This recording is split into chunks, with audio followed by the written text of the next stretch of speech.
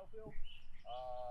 My name is Lee White. I'm one of the Rangers on staff here, and I'm joined today by a group of our volunteers representing a gun of the 5th Company Washington Artillery, which was a Confederate artillery unit that went into action on this ground here on the morning of September 20th, 1863, in support of General John C. Breckinridge's division as they launched an attack against the Union lines around Kelly Field, just to the southwest.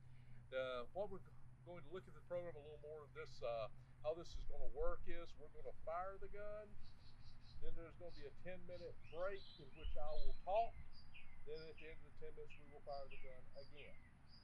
Next thing I need to bring up is that although we are only firing a blank round out here, it will be still rather loud.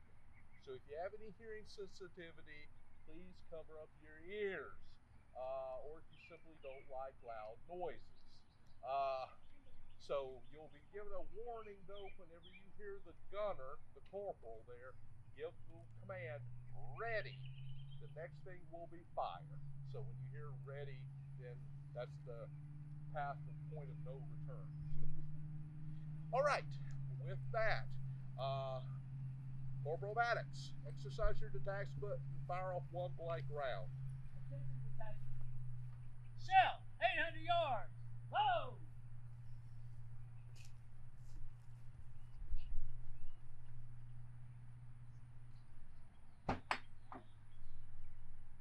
One thing you'll notice, firing a cannon is a team effort. Everybody has a job to do to effectively fire the gun. Everybody knows his job and to know everybody else's.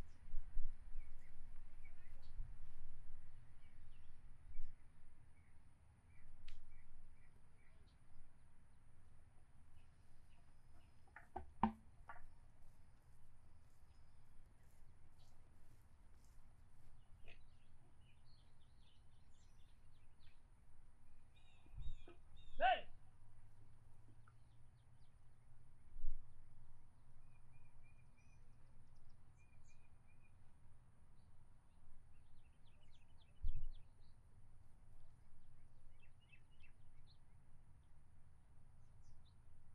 Fire!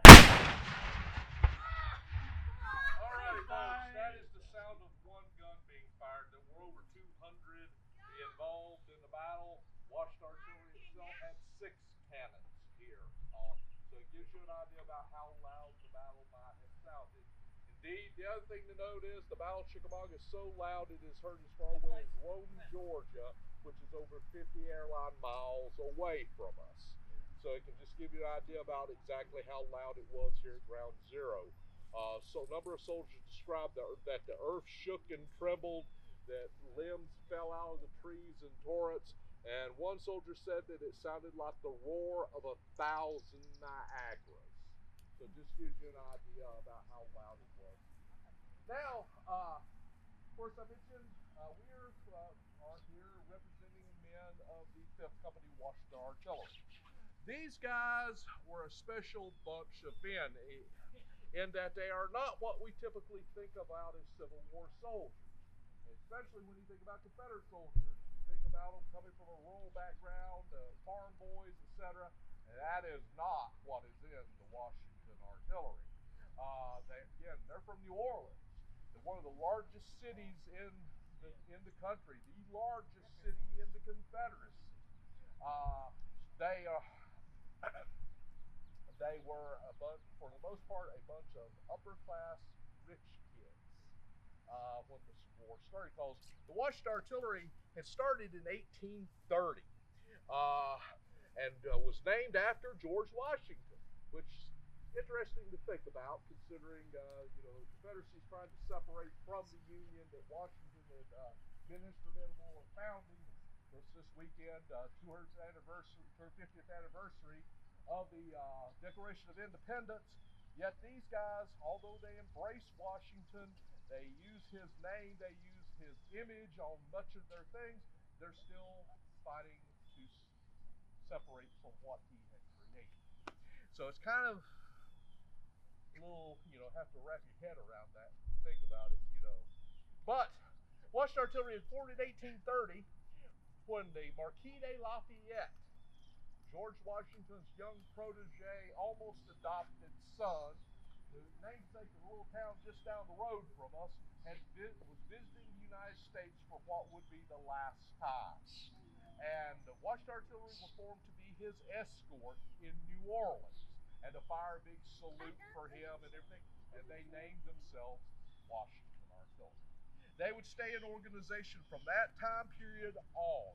The Washington Artillery still exists today as a National Guard unit from Louisiana, still artillery. Uh, but the Washington Artillery would go on after their founding to fight in the United States' War with Mexico in the 1840s and then remain an active militia unit up through the secession crisis in 1861. When then But throughout this time, the Washington Artillery have evolved into a pretty prestigious organization in the town. You had to be part of the right family to be in the Washington Artillery. You had to know the right people to be in the Washington Artillery. And you had to pay dues to be a member of the Washington Artillery. And in return, you got to wear a fancy uniform, a little red cap, real, red trimmed uniform, which by and large had faded long before Chickamauga was formed, although a few of the caps probably still were floating around. But this photograph in 1861, many of them are still sporting those little red caps. But they still remain very proud organization. In fact, they called themselves that. They said they were the pride of the Confederate artillery. Other people didn't say that. They said it. But they tended to back it up. They were good. They were very proud of their record. They did very well in combat. And their flag would show some of that as well. This is the flag they were flying here at Chickamauga. And of course, one thing you'll notice on the flag is a lot of words on it. Well, Shiloh, Perryville, Murfreesboro, Farmington. These are all the battles they had fought prior to fighting here at Chickamauga. But most prominent, though, here in this White Oval, Washington Artillery, 5th Company, NO, New Orleans. So, again, they wanted everybody to know who they were. And they will do very well here at Chickamauga, living up to that reputation. Like I mentioned, they go into action here on this hilltop. They will have the distinction when it's all said and done of having fired more rounds than any other artillery unit in the battle, also taking pretty heavy casualties. Here on this little hill, they will, in the little hill just south of us, which where stop number 1 is, they will have 14 men wounded and 4 men killed.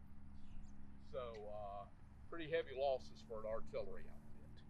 But they will come out of it with that solid reputation. Now, one thing I mentioned about these guys being kind of exceptional artillery, well, what about the rest of them? Well, the one thing we got to wrap our heads around is that we typically think about Confederate soldiers, we think about farm boys. Most Confederate soldiers are farmers. Well, that's most Confederate infantry, most Confederate cavalry. Artillery are almost always town or city. In fact, right here, Warren, Mississippi Artillery. This unit is from Vicksburg, Mississippi. Right over there is Fowler's Alabama Battery. They're from Tuscaloosa, Alabama. Artillery units are almost always formed in towns or cities. Why? Because what do you need to do to saw it there to fire a cannon? You got to work as a team. You've got to have this going on. And when you're a farm boy, at the end of the day, who do you have to depend on to get the job done every day? Yourself. But if you're a mechanic, you're an engineer, you work with a team. And that's what they wanted. That's where you find that. Artillerymen are almost always carpenters, blacksmiths, engineers, mechanics, men with some skill. And that showed here in Chickamauga because also during the fighting, a Union artillery shell will strike one of their guns, busting the wooden trail that comes off the gun to the back. They haul it off the battle line, cut down a tree, fashion a new one, and are able to replace it and go back into action. So again, I think that speaks to the skill. Probably didn't look very good, but it worked. But still reflects that, you know, carpentry and metalworking skill that was present with the men of the unit. Also coming from New Orleans too, there are many of them are Irish, French, Creole within its ranks. So again, if you heard them talking, they would not sound like what your typical Southerner sounded like.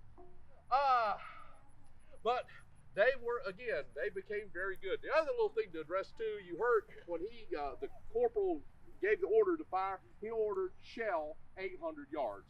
Now, Civil artillery, by and large, they don't shoot what everybody always thinks of as a cannonball. They fire an exploding shell. Looks like a round ball, but it's hollow inside, packed with black powder with a time to fuse. He called 800 yards when he was given that command. That meant that the man working on the limber chest had to find a fuse that they knew that would travel.